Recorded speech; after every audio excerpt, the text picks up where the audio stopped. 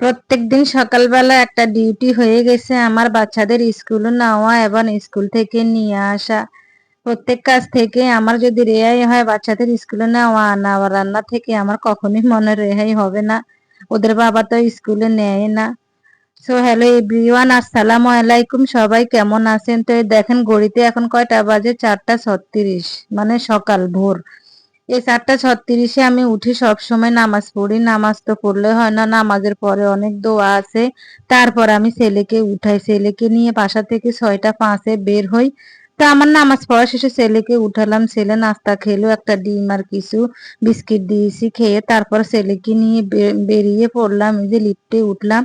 উঠে একটা অটো ডেকে অটোতে উঠে গেলাম। অটো মামাকে বলছি একটু আস্তে চালান, এত তাড়াহুড়োর দরকার নেই। কে কার কথা শুনে? ওরা কখনোই কথা শুনে না, ওরা ওদের মতের অটো চালায়। তো আর কি, যেখানে থেকে বাসে উঠে আমার ছেলে, মানে স্কুল বাস উঠে, সেখানে আমরা এসে পৌঁছে গেছি। এই যে আরো অন্যান্য স্টুডেন্ট আছে, যে আগে আসবে সে আগে দাঁড়াবে, এভাবে সিরিয়ালে দাঁড়াতে হয়, না হলে কি হয়, বাস আসলে সবাই এলো পাতাড়ি উঠতে থাকে এবং একটা অ্যাক্সিডেন্ট হয়ে যায়, পড়ে যায় ধাক্কা ধাক্কি খেয়ে।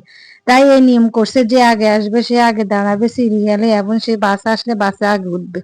তো এই যে বাসটা চলে আসছে, দেখেন স্কুল বাস। এখন সবাই সিরিয়াল বাই সিরিয়ালে উঠতেছে, আমার ছেলে উঠে গেছে আগেই, ওটা ক্যামেরাতে দেখা যায় নাই। তো আর কি, ছেলে উঠে গেল, বাস এখন ছেড়ে দিব, আমি এখন বাসায় চলে যাব। বাসায় এসে তারপর বড় মেয়েকে উঠাবো। এই যে মেয়েকে উঠাইছি, ও রেডি হয়ে গেছে। ওরে বলছি যে একটু পড়তে বসো, ওর পরীক্ষা চলতেছে, তা সিট নিয়ে একটু বসো। তো পড়তে বসছে, আর আমি ওরে একটু দুধ দিয়েছি। অন্য কিছু খাবে না, দুধ খেতে চায় না, তারপরে জোর করে দিয়েছে দুধটা খেয়ে যাবো, একেবারে খালি পেটে বের হবা না। তা আর কি, মেয়েটার খাওয়া শেষ হয়ে গেল, ওকে নিয়ে আমি বের হয়ে গেলাম। ওর স্কুল কাছে এখান থেকে, আপনার কিছুই লাগে না, হেঁটে হেঁটে চলে যায়। এই যে দেখেন স্কুলে দিয়ে আসছি, স্কুলে ঢুকে গেল।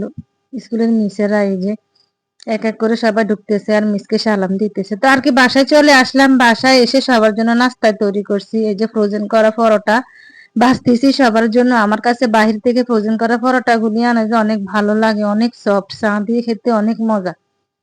চা দিয়ে কিবা ডিম দিয়ে খেতে অনেক মজা। তো সবাই ডিম দিয়ে খাবে, আমি চা দিয়ে খাবো। আর আমার মেয়ে ছোটটা বলতেছে সেও আমার সাথে চা দিয়ে খাবে।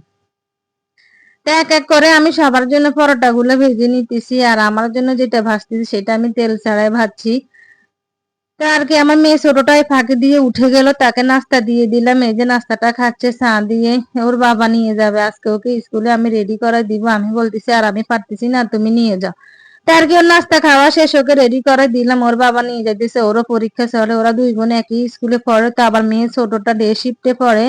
বড় মেয়ে পরীক্ষা দিয়ে চলে আসছে, ছেলেটা এখনো আসেনি, আস্তে আস্তে 1টা বাজবে, আর মেয়েকে নিয়ে যাচ্ছে ছোটটাকে। তা আর কি, আমি এদিকে রান্না বসাই দিলাম। রান্না মুরগিটা বসাই দিয়েছি অলরেডি, সব ধরনের মশলা দিয়ে। এখন লেড়ে ছেড়ে হালকা আছে, আমি কিছুক্ষণ এটা কষিয়ে নিব ঢাকা দিয়ে।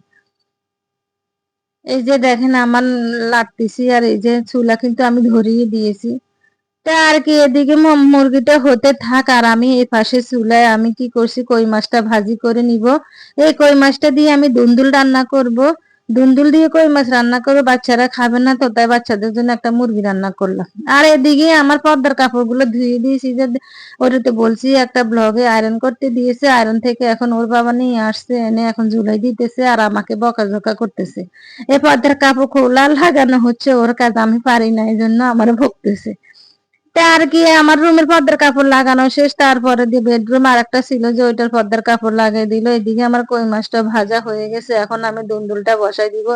তো এই যে দুন্দুলে মশলাটা কষানো হয়ে গেছে, আমি এখন দিয়ে দিব কেটে রাখা সেই দুন্দুলগুলি।